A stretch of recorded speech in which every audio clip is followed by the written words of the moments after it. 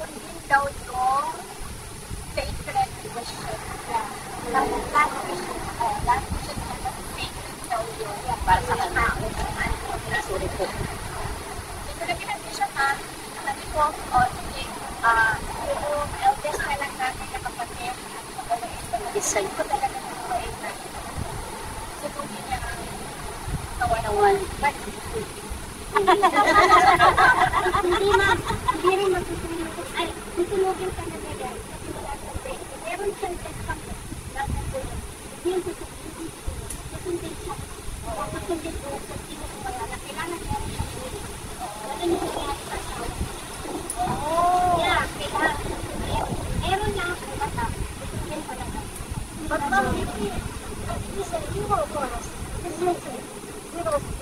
yes. Well, as a former president, yes. Libingan ng mga bayani, madam. Uwi siya sa Pilipinas. Pero ibibigay daw niya isda. Ayaw niya kasi ng mga ganun, ma'am. Ang gusto lang niya is paano i-dispose yung katawan niya. Well, pag next time, tanungin ko siya kanya, ano ba, bakit ayaw niya sa ilalim ng lupa? Ang importante kasi ang soul natin, no? Kainis siya ng mga uhod. Pero ma'am, biblical yung ililipin. Yes.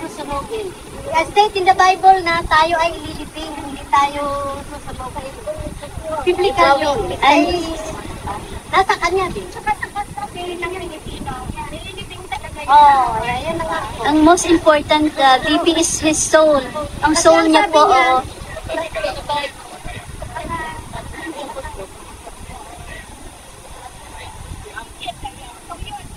Kasi ang sabi niya, parang hindi na daw sa matulog. unakan pa. Unahan niya. Hindi. Pagbalik ang kayo, tatayo tayo lahat. Wait lang ba?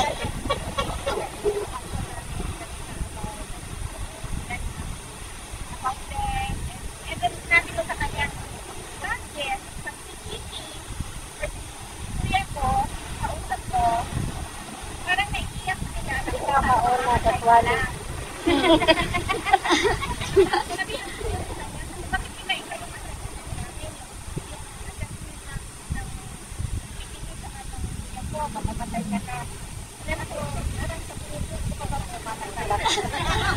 Ali, mauna ka namatay.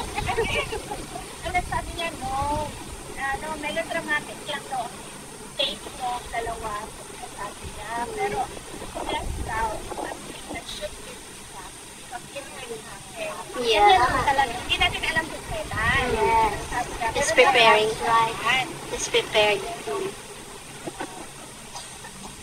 Ano yung reaction niya sa tatlo mo medical report sa pag-event and yung utak na na-police requested at the first lady nasa in the area where the death happened. Yung reaction si yung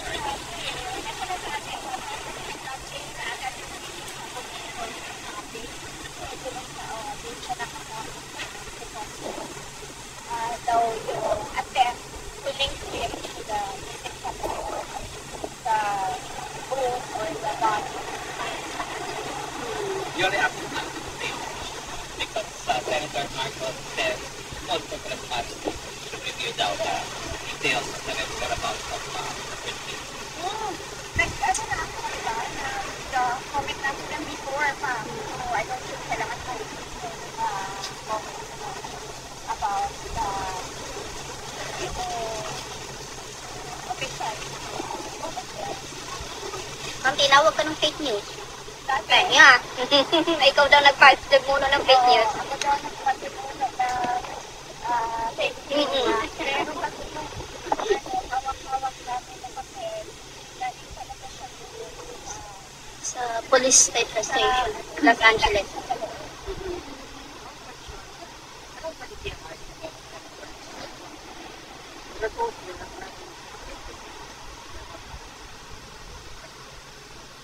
as I said, only the lawyer can comment on whether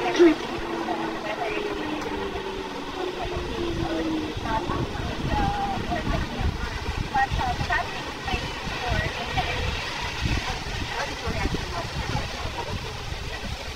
we thank them. We thank them for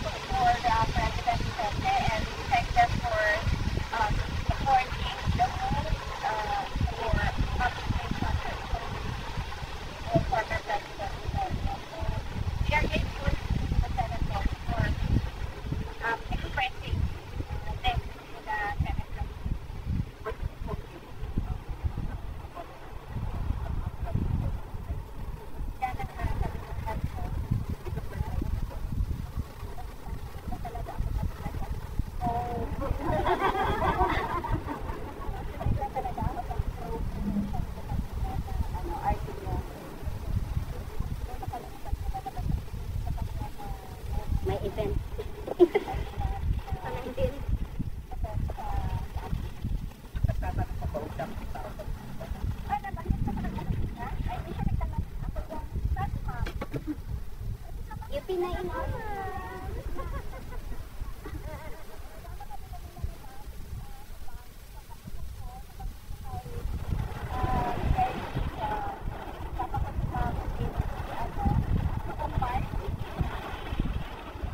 Ang kinamutlan lang ni ma'am ay kasi Sino ko? at saka ikaw.